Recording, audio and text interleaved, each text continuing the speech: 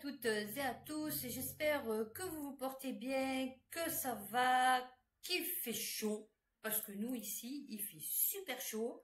Petit t-shirt, vous avez vu, j'ai sorti les petits bras, tout blancs. Ah ouais, non mais, donc en une semaine, on est passé de l'hiver à l'été. Donc il a fallu sortir toutes les affaires, ouais, la fille vous raconte sa vie.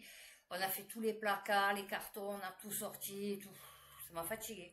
Et c'est pour ça que j'aimerais bien avoir un appartement où j'ai un grand dressing où je peux mettre toutes mes nombreuses affaires que j'ai achetées sur Shein. Ah ouais, non mais... Et n'empêche, c'est mignon, hein, Shein, regardez. Franchement, c'est magnifique. Ça me va bien. La fille. Ah ouais, non, je me fais peu des compliments quand même. J'ai personne dans ma vie, que ce soit amical ou sentimental ou familial. Il faut quand même que je me fasse un peu des compliments. Ah ouais. Donc aujourd'hui, nous allons faire science. Alors science, j'ai pas des trucs de... Enfin, c'est pas comme d'habitude.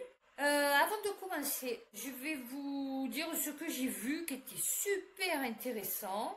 Alors, j'ai vu pandémie artificielle et il est urgent de mettre l'IA sur pause. Vous voyez, ça rapporte quand même. Le futurologue podcast. Ouais, franchement, c'est super bien. Bon, je vais pas tout me taper, mais là, je suis tombée sur deux trucs. La pandémie artificielle et il est urgent de mettre l'IA sur pause. Et franchement, super intéressant. Et du coup, ben ouais, bon courage. Hein. Voilà. Non, bon courage hein, pour les croyants. J'espère qu'il y en a parmi vous. Parce que du coup, il faut beaucoup de foi et de courage pour écouter ce qu'ils ont à dire. Après, j'ai vu les mystères du goût, donc sur Arte, mais là, c'est en plusieurs parties. Donc, j'ai vu qu'une partie, parce qu'après, bon, je crois que c'est en 3 parties. Bon, j'ai pas eu le temps, parce que vous vous rendez compte un peu, hein, ma vie de fou. Après, j'ai vu, mon jardin aux 1000 abeilles. Alors, toujours, je suis partie au parc des Bruyères. C'est derrière Célou. Et en fait, il y a un parc, bon, c'est la Garrigue, quoi. C'était pendant la semaine. Il venait de pleuvoir. Je suis montée en haut. Et en fait, il n'y avait pas un bruit. Je me suis assise sur un tronc d'arbre en voie de disparition. Et en fait, j'étais plus bas que les plantes. Bon, avec tout ce qu'il a plu, les plantes, elles ont bien poussé. Et en fait, il y avait des massifs entiers je sais pas ce que c'est, ces plantes vertes, avec des fleurs roses. Et en fait, j'étais donc entourée de ça. Je digresse un peu. Et en fait, je me rappelais ma jeunesse quand j'étais en Ardèche. Et que je m'allongeais dans l'herbe. Et en fait, je fermais les yeux et j'entendais, vous savez, les insectes, les mouches passer, les abeilles, vous voyez, tous ces petits bruits. Et j'avais donc toutes les plantes au-dessus de moi, on aurait dit une fourmi. La fille.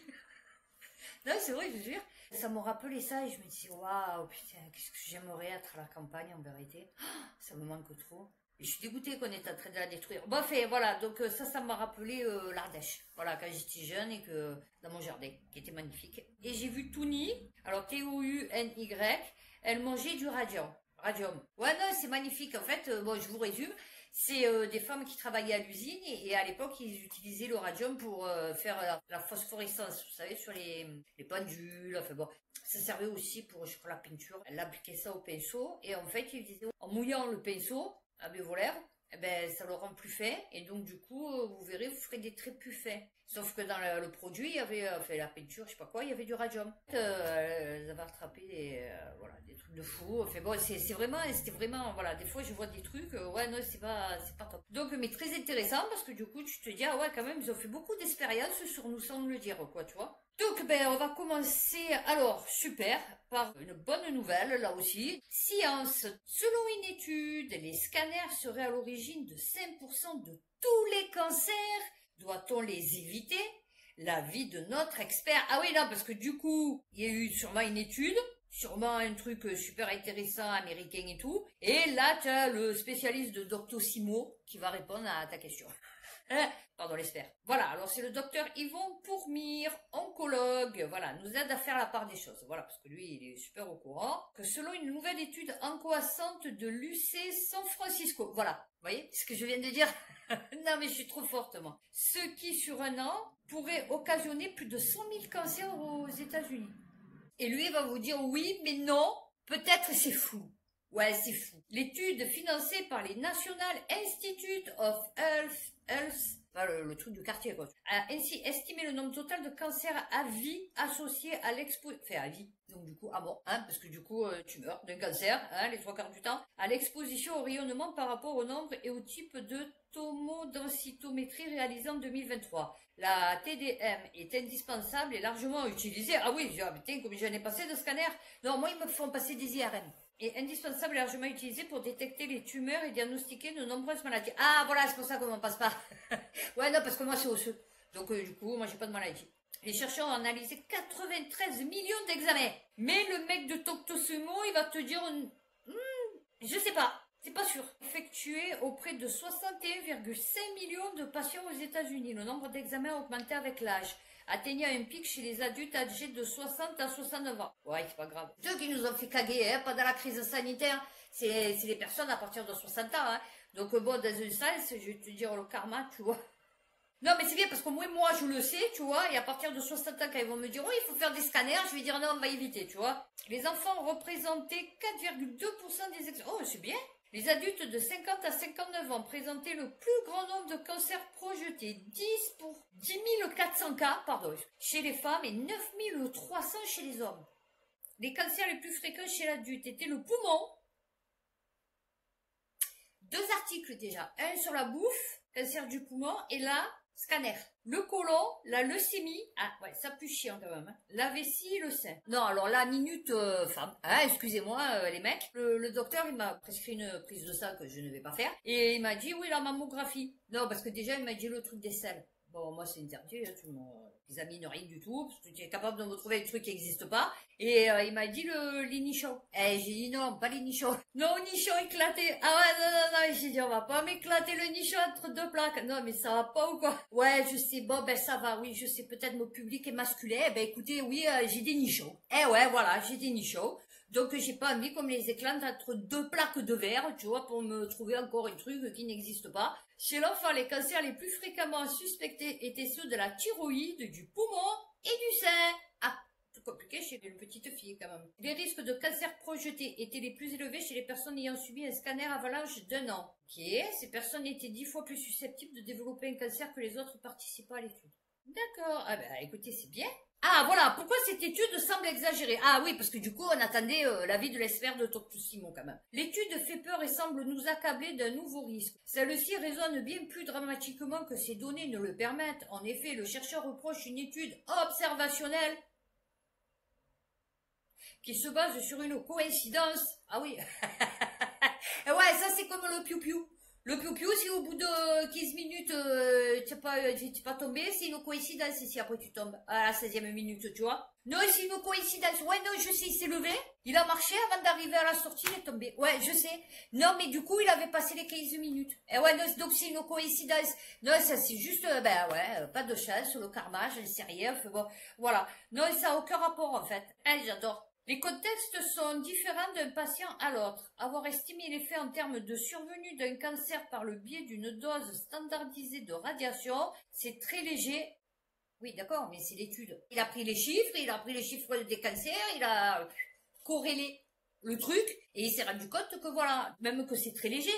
Alors qu'il ne s'agit pas des mêmes radiations, pas du même contexte, pas de la même période d'exposition, ni même de la même partie, d'accord, du corps, chez tous les patients étudiés. Ben oui, pas tout le monde a un cancer du sein. Tu vois, les mecs, par exemple, c'est rare quand ils ont des cancers du sein. Tu vois ce que je veux te dire? Ou de l'utérus. Donc effectivement, pas tout le monde développe des cancers au même endroit. Difficile dans ces conditions de tirer des conclusions. Et ouais, non, alors eux, ils ont conclu, hein, San Francisco, mais Doctissimo, il conclut pas. Et ouais, non, c'est flou encore. Alors ça va être un peu mélangé. Ouais, c'est un peu mélangé. J'ai pas fait santé, machin et tout. C'est ce qui est arrivé en premier. Alors, celle-là, rigolote. Ouais, non, celle-là, rigolote. Ouais, non, parce que du coup, qu'ils vont interdire la fibre de carbone parce que ça fait des fibres et que ça irrite la gorge. Les voitures, hein, d'accord, ok. Bon, par contre, les poids lourds, il n'y a pas de souci. Ok, il n'y a pas de problème. Les missiles, les bateaux de croisière. Donc, on fait tout pour réduire la pollution de l'air. On est ok. La baisse de pollution aggrave le réchauffement climatique. France Info. Et c'est pour ça qu'il faut y aller à toute berzingue, tu vois. Vive la pollution. La lutte contre la pollution, autrement dit la disparition de la couverture d'aérosols qui réfléchit la lumière solaire vers le ciel. Et c'est pour ça qu'ils font les traînées d'avion surnaturelles. Non, parce qu'on peut pas dire chimique. Donc maintenant, je vais dire surnaturel, parce qu'il y a les naturels et les surnaturels. Aggrave le réchauffement. Cela pourrait représenter jusqu'à 40% de l'augmentation de l'énergie qui réchauffe la planète entre 2001 et 2019.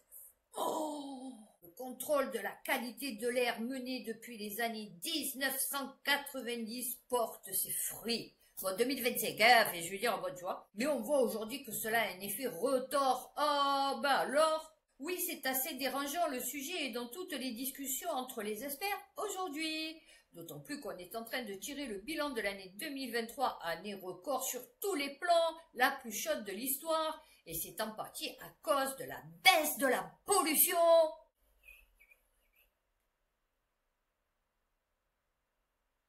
Ouais, je sais, je me suis un petit peu enflammée là sur la fin de la phrase. Non, mais parce que quand même, c'est paradoxal. Oui, c'est paradoxal là aussi, tu vois. Une série d'études viennent de quantifier cet effet et elles montrent qu'il est important. La baisse de la pollution serait responsable de la moitié de l'accélération actuelle du taux de réchauffement qui est de 0,00001%. Non, c'est pas vrai, c'est pas écrit. Non, vous avez vu, hein, vous me croyez chaque fois. Ah ouais, je suis une bonne comédienne. J'aurais pu faire une comédienne quand même. Hein. C'est pour ça que j'arrive à mentir. C'est parce que les gens, ils comprennent pas quand c'est que je mens, quand c'est que je mens pas, tu vois. Parce que je suis trop bonne menteuse. Mais bon, c'est rare quand je mens. Voilà, parce que du coup, j'ai pas besoin de mentir. Comment la baisse de la pollution provoque-t-elle un réchauffement? Lorsqu'elles sont en suspension dans l'air, les particules de pollution réfléchissent la lumière dans l'espace et provoquent donc un refroidissement. Bon, il fait comme des petits miroirs. C'est pour ça qu'il y en a, les complotistes, sales complotistes, qui disent que les avions, ils larguent des paillettes d'aluminium dans les nuages, enfin, dans le ciel. C'est pour réfléchir et puis c'est pour brouiller aussi les radars ennemis.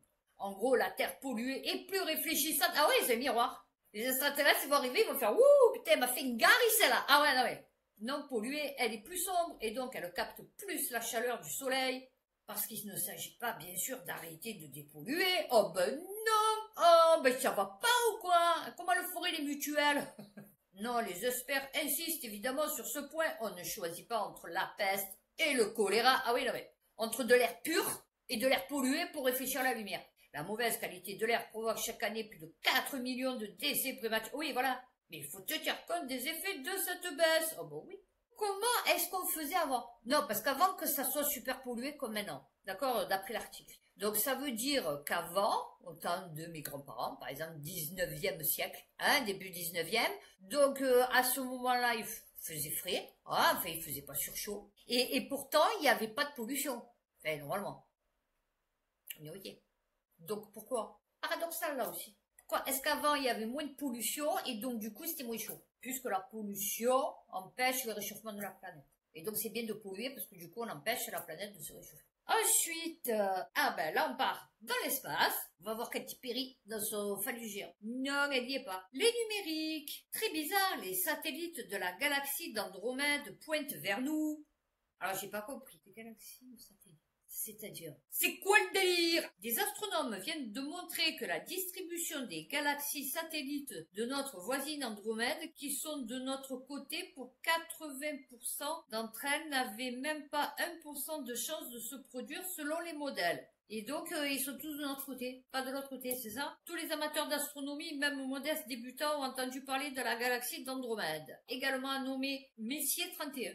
Ah, ben ça, je ne le savais pas. Il s'agit de la plus proche galaxie semblable à la nôtre, la Voie lactée, oui, que soi-disant doit percuter, enfin bon. La découverte publiée récemment sur Nature Astronomie est assez stupéfiante et à tout le moins très bizarre. Galaxie naine qui gravite autour de notre voisine Andromède. Donc c'est des mini-galaxies, des naines, qui gravitent autour de la galaxie. On est ok. Se situe pour 80% d'entre elles du côté de la Voie lactée. Donc elle ne tourne pas. On est ok. Ça fait genre une barrière de satellite. Il n'y avait que 0,3% de chance que cela se produise. Ah, je vous mets la photo. Alors, photo 2D sur un truc 6D. Donc bon, c'est un peu compliqué. Ok, il n'y a pas de souci. Les galaxies sont entourées d'un cortège de mini-galaxies, appelées naines, qui sont le plus souvent des restes de fusion passée. Ici, 37 de ces galaxies sont à moins de 107 degrés de la Voie lactée par rapport au centre d'Andromède. Une seule échappe donc à cette forte asymétrie. C'est laquelle la rebelle? Ah, je ne dis pas. Cette bizarrerie inattendue ne s'explique pas par les modèles connus. Eh ouais, c'est ça le problème, c'est qu'on ne connaît pas grand chose. On peut d'ailleurs noter que nous observons généralement un défaut de galaxie naine par rapport aux simulations informatiques. Eh ben écoutez, allez, on reste sur l'espace. Je vais me dépêcher parce que je suis pas en retard. Innovant! Une planète jamais observée auparavant défie toutes nos connaissances. Elle est radicalement, on est ok là, hein, différente de tout ce qu'on connaît dans le système solaire. Et Pocha, surnommée la Super Vénus. Ouais, je préfère, plus simple. Défie les modèles planétaires traditionnels avec son atmosphère complexe et ses caractéristiques surprenantes à 47 années-lumière, pas de mouche, de notre système solaire. Alors les mecs, la dernière fois, j'ai regardé un reportage où ils disaient qu'ils ont cartographié, je sais pas quoi, visité 30% des océans. Et là, par contre, ils savent ce qui se passe sur une planète à 47 années-lumière. Découverte en 2009, Mini-Neptune, Super Vénus. Ce monde intriguant ne cesse de défier nos conceptions classiques. Ah oui, des exoplanètes. Non, mais tes trucs classiques, c'est tes trucs du 18e siècle. Dimension imposante avec un rayon 2,7 fois supérieur à celui de la Terre. Immense, immense. Et une masse 8,2 fois plus importante. Ah oui, non, alors, là, c'est la boule de caca dans Futurama du petit extraterrestre qui s'en sert pour mettre dans le vaisseau. Tu vois, pour faire avancer le vaisseau. Ouais, je vous dis, moi, j'ai des comparaisons de trucs qui sont un peu atypiques. Alors, l'atmosphère est principalement composée d'hydrogène, d'hélium, de méthane, d'eau et de dioxyde de carbone. Ah ben, magnifique. Comprendre l'évolution des atmosphères épaisses au fil du temps est un objectif primordial. Bon, et c'est pas pour qui, hein, parce que moi, personnellement, de savoir Super Vénus, ce qu'elle a ou ce qu'elle a pas, ça changera rien dans ma vie, tu vois, ça fait toujours 2 mois que je suis pas payée au RSA. La fille, elle a bloqué, ah ouais, non, parce que là, franchement, ah ouais, je l'ai là. Donc, tu sais, franchement, elle existe pas, je sais pas ce qui est primordial, mais c'est primordial chez toi, en fait, hein, c'est pas chez moi. Muraille verte titanesque, la Chine ceinture le désert de Taklamakan, d'une imposante ceinture végétale géante. Hello Bees! La Chine achève un projet colossal en entourant le désert de Taklamakan d'une ceinture verte pour lutter contre la désertification et stimuler l'économie locale. Eh oui, non, mais ils sont cons ces Chinois. Ouais, non, ils sont cons ces Chinois. Ils connaissent que le riz, ouais, ouais. Ah ouais, c'est beau, hein. Eh, c'est beau, ouais. C'est magnifique. Ouais, je me mets comme ça je vous mets la photo là. Alors, la Chine a complété une ceinture verte autour du désert. Ok, la ceinture verte s'étend sur 3050 km et intègre des technologies solaires et des systèmes d'irrigation économes en eau. Ce projet vise à protéger les infrastructures locales et à stimuler l'économie régionale pour l'agriculture. Ah ben, nous, on rase. Nous, on rase tout, on pète tout, on dégueulasse tout. Nous, il n'y a plus rien en France. Alors, c'est pas comme les Arabies Saoudiennes, parce que eux, du coup, c'est de la merde ce qu'ils font, parce qu'ils font des parlactations et tout, ouais, c'est n'importe quoi. Par contre, la Chine, ouais. Autant elle a bien détruit, autant elle a bien réfléchi aussi. La Chine a récemment achevé un projet monumental dans la région du Xinjiang, visant à combattre la désertification et à dynamiser les économies locales. Le désert de Taklamakan, le plus grand désert de Chine et le 2e plus grand désert de sable mouvant au monde, est désormais entouré d'une ceinture verte faite de divers arbres et arbustes. Ce projet, en plus de lutter contre les tempêtes de sable, est conçu pour offrir de nouvelles opportunités économiques à la région.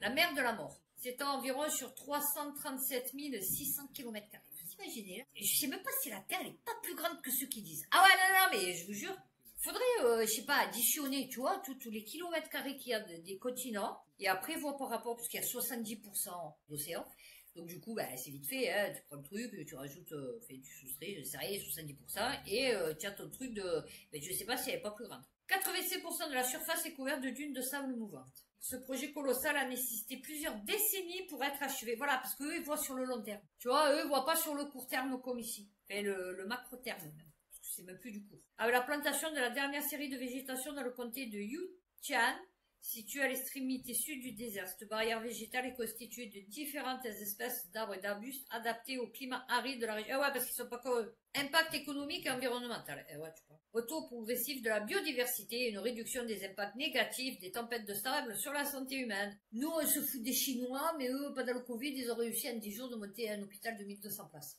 Tu vois, alors que nous, on ferme des lits. Voilà, nous, on est à moins 75% de maternité. Le succès de ce projet pourrait espérer d'autres pays à investir dans les... Ben oui. Alors que le monde continue à faire face aux défis posés par le changement climatique, quel rôle les projets comme celui-ci. Magnifique, que nous, on ne sera jamais capable de faire. Et là, on va passer au brève, parce que je suis un petit peu en retard. une bonne nouvelle. Reporter, les populations de tortues marines augmentent à nouveau. Ah ouais, moi je suis contente, les petites tortues. Au milieu du désastre écologique en cours, voilà une nouvelle rassurante. Menacées d'extinction un peu partout dans le monde, les tortues de mer montrent tout de même des signes de rétablissement. Bon, déjà, ça galère pour aller dans le sable. Déjà, tu te dis, putain, le truc, il fait 70 kilos, tu vois. Il a bon, des mini-pattes, hein, un peu comme mon teckel. Et tu te dis, putain, il doit monter ce bande de sable, tu vois. Creuser, non, mais parce qu'elle creuse super profond, faut pas croire, hein. Se massacrer à creuser, tu vois, avec toujours ses mini-pattes. Après, pondre des œufs, recouvrir le tout, bon, se casser. Et en fait, ce que je savais pas, fait, ça doit être pareil pour les crocodiles comme pour les tortues, c'est que selon la chaleur du sable ou la profondeur, fait bon, le taux d'humidité, machin et tout, ça va être plus des femelles que des mâles. Et donc après, ils sortent, plus cher. Alors déjà, pour sortir, c'est la galère. Je suis sûr qu'il y en a la moitié qui meurt dans le trou. Donc déjà, tu essayes de sortir. Alors du coup, avec ses grosses pattes, parce que bon, les pattes, elles sont plus grosses que la tortue, il sort, et là, il doit retraverser le banc de sable, aller dans l'eau. Et le temps qu'il fasse cette distance, en fait, il peut se faire bouffer partout et n'importe quoi. Et une fois qu'il arrive dans l'eau, après, il finit dans la bouche des prédateurs. Donc sur 50 tortues, 100 tortues, 1000 tortues, il n'y en a plus qu'une. Faut être con, tu vois ce que je veux te dire? Il trouve un autre système, tu as vu? L'étude a porté sur 48 populations de tortues marines sur toute la planète. Les scientifiques ont mesuré l'impact de la chasse, de la pollution et du changement climatique sur ces animaux aquatiques. Et d'après leurs recherches, les menaces d'inspection diminuent dans plus de la moitié des zones étudiées. Oh, ben c'est super. Ben on va continuer sur la planète. Ouest France. La France n'émet qu'1% des émissions de gaz à effet de serre. C'est vrai? Alors oui, mais non, dans la majorité absolue de l'équation perpendiculaire dans la physique quantique, non. Voici une phrase souvent répétée par des élus et des personnes... Ah là, ils n'ont pas dit des complotistes. La France n'émet qu'1% des émissions de gaz à effet de serre. Ce chiffre est-il vrai? Existe-t-il d'autres données? Ah oui, non, mais c'est sûr, qui ne sont pas prises en compte dans ce calcul? Éric Zemmour, Gaspard Proust, je sais pas qui c'est, Stéphane Ravière, sénateur... Ah ouais, bah tu as pris la crème, hein, écoute... Hein? J'avoue que là, la ref, fait les refs, ouais, bof. Alors, des importations, la moitié de l'empreinte carbone, ce chiffre de 1% a été confirmé par plusieurs scientifiques, comme l'avait fait le climatologue Jean Jouzel. Factuellement, la France produit un peu moins de 1% des émissions à gaz à effet de CO2 à l'échelle mondiale. Alors, attention, mais le CO2 n'est pas le seul responsable du réchauffement. Voilà, attention. Déjà, de 1, les émissions territoriales et l'empreinte carbone. Ah oui, ça change tout. Ah oui, non mais c'est sûr. Problème, les émissions territoriales occultent les émissions importées de la France. Un Français consomme plus que la moyenne mondiale. C'est une blague, je croyais que c'était les Américains. Ah maintenant c'est les Français, canadiens. Ils nous ont comparé aux Indiens. Non, mais le mode de consommation d'un ou d'habitante de l'Hexagone a plus d'impact qu'un Indien. Alors qu'il est le 3e plus gros émetteur de gaz à effet. Ça n'a aucun rapport à la population. Non, et c'est qui? Ouest France. Oh putain, Ouest France, tu pars à Ambiborine. Ah, il y a une émission sur TLC, c'est le monde de Bélane. Et en fait, le syndrome de la Tourette. Et donc, j'ai putain, viens à Marseille, tu passes inaperçu. Que du ouais, je me sens mal dans ma peau, machin et tout, je suis pas bien, enfin bon. Et j'ai vu à Marseille, hein. Et en vidéo finale, ben, je sais pas du tout, donc je vous prendrai une vidéo surprise. Voilà, ça sera surprise. Hein, parce que franchement, j'ai pas eu le temps de chercher. Surprise. Alors, celle-là m'a fait rire. France 3, Normandie. Alors, on ne peut plus ouvrir nos fenêtres. Dans ce village, le combat des riverains contre les odeurs de compost. Eh ben, vous savez ce que j'ai fait, c'est pas bien. J'avais acheté de la terre, vous savez, un sachet au supermarché. Et en fait, la terre en supermarché, elle est dégueulasse. Et en fait, c'est de la poussière maintenant. Avant, ça ressemblait pas de la terre. La terre, elle sèche super vite.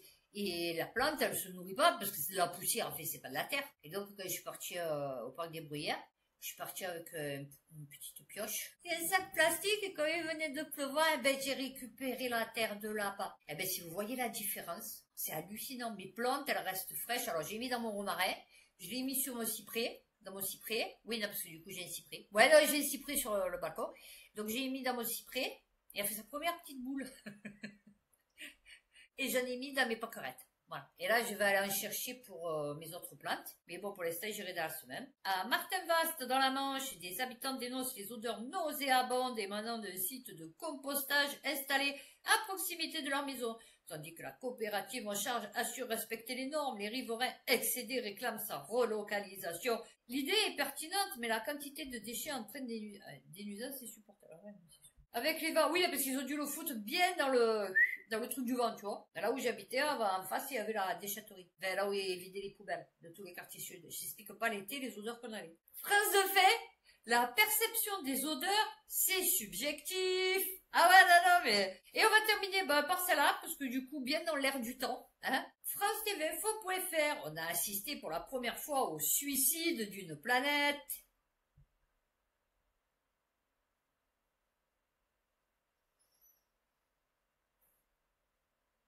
Une planète est tombée sur son étoile. Elle s'est suicidée. Même les planètes se suicident. Eh ben écoutez, alors... l'histoire de suicide. Non, non, je vous jure, c'est hallucinant. Là, ils sont en train de raconter qu'en fait, elle avait une copine, qu'elle était non-genrée. Mais bon, elle s'est barrée, la copine, elle a quitté son orbite, de peine, de douleur. Voilà, elle est tombée sur son étoile. Elle s'est suicidée. Mais j'ai fini les brèves, et puis, donc, vidéo finale, vidéo surprise. Et puis on se revoit après la vidéo surprise, du coup, qui sera aussi surprise pour moi. Théorie est complètement folle. Et si l'univers entier était un organisme vivant, complexe et conscient, cette idée audacieuse est au cœur de la théorie de l'univers comme organisme vivant. Si t'aimes ce genre de théorie, abonne-toi. Imaginez que chaque galaxie, étoile, planète et même chaque particule élémentaire soit une partie intégrante d'un organisme cosmique gigantesque. Comme les cellules de notre corps contribuent à notre fonctionnement global, chaque élément de l'univers contribuerait à la vie et à la conscience de cet organisme universel. Cette théorie révolutionne notre façon de voir l'univers. Au lieu d'un espace vide et mécanique, nous faisons partie d'un être vivant, interconnecté et conscient. Chaque action que nous entreprenons, chaque découverte que nous faisons pourrait être une interaction avec ce grand organisme cosmique. Alors, quelle est votre place dans cet organisme universel ? Voilà, écoutez, j'espère que cette vidéo vous aura intéressé, vous aura quand même fait passer un bon moment. Vous avez vu, j'étais un peu moins sarcastique, un peu moins incisive hein, dans les articles. D'ici donc ma prochaine vidéo sur France, j'ai fait spécial économie. Voilà, du coup, je vais me vider un peu de tous les articles que j'ai. Donc d'ici ma vidéo France, prenez soin de vous, faites attention à vous et puis à bientôt pour une prochaine vidéo.